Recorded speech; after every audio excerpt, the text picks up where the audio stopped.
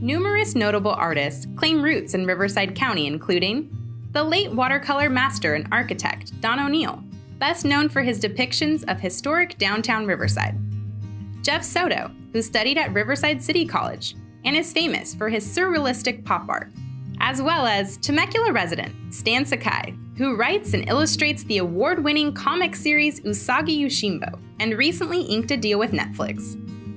When did you first create the character Miyamoto Usagi, and what inspired you? Well, Usagi was first published in 1984, but I really created the character in about 1982. There was a old Japanese theater just down the street from where I live called the Kapahulu Theater, and they would show these samurai movies every week. There was one series about Miyamoto Musashi, who was a real samurai living in the early 17th century Japan, and he was fascinating. I also grew up reading comic books, and I wanted to create a comic book or a comic book character inspired by the life of Musashi. Which artist would you say influenced you? The neat thing about my profession and what I do is I've gotten to meet my heroes. I knew Jack Kirby, Stan Lee, who he created much of the Marvel Universe. I worked with Stan for about 25 years. Another big influence was Sergio Aragonés, with whom I've been working with on Brew the Wanderer. Voted as one of the top 100 best comic book characters of all time, Usagi Yoshinbo has earned international recognition and won a number of awards. How would you explain the success of Usagi Yoshinbo? It's this fascination I have that I'm hopefully able to convey to the readers. And they're not interested just only in my characters, but also entire history and culture that this adventure takes place in. As a writer and artist, how has isolation due to the pandemic affected your creativity, if it has? It has not affected it at all. I still work at home. I have my studio here. However, it has affected the publishing. Usagi comics and books have not been published for quite a while, but now because the pandemic is slowly lifting, publishers are now publishing new stories again. The entire comic book industry was at a standstill for a while. What's next for Stan Sakai and Miyamoto Usagi? Well, let's see now. We just, the books still keep coming out. And I think the big news is the Netflix series. It was just announced that Usagi will have a TV series. Now, Usagi's been on TV before. He's been a secondary character or guest starring character in the Teenage Mutant Ninja Turtles TV series and the toy line. This time, Usagi will have his very own series. However, it's not the traditional Usagi. It's a descendant of his. And the series will be called, Neo Samurai, the Chronicles of Usagi Yojimbo. It's an exciting process. So I'm looking forward to that. Well, congratulations. I can't wait to see it.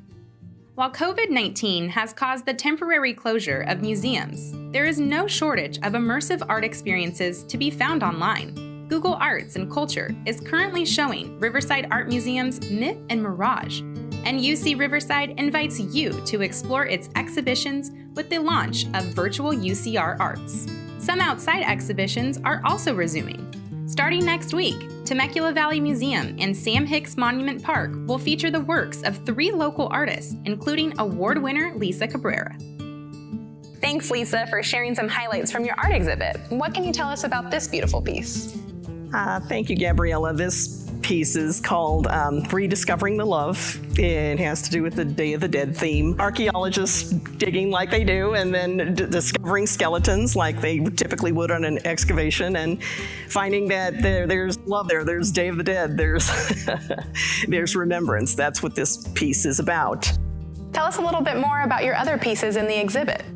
They're going to also be Day of the Dead themed. A lot of couples, a lot of people with hearts, well, skeletons with hearts rather, bringing a real contemporary kind of Day of the Dead feel to things. There's just lots of color, lots of love, lots of remembrance in those pieces.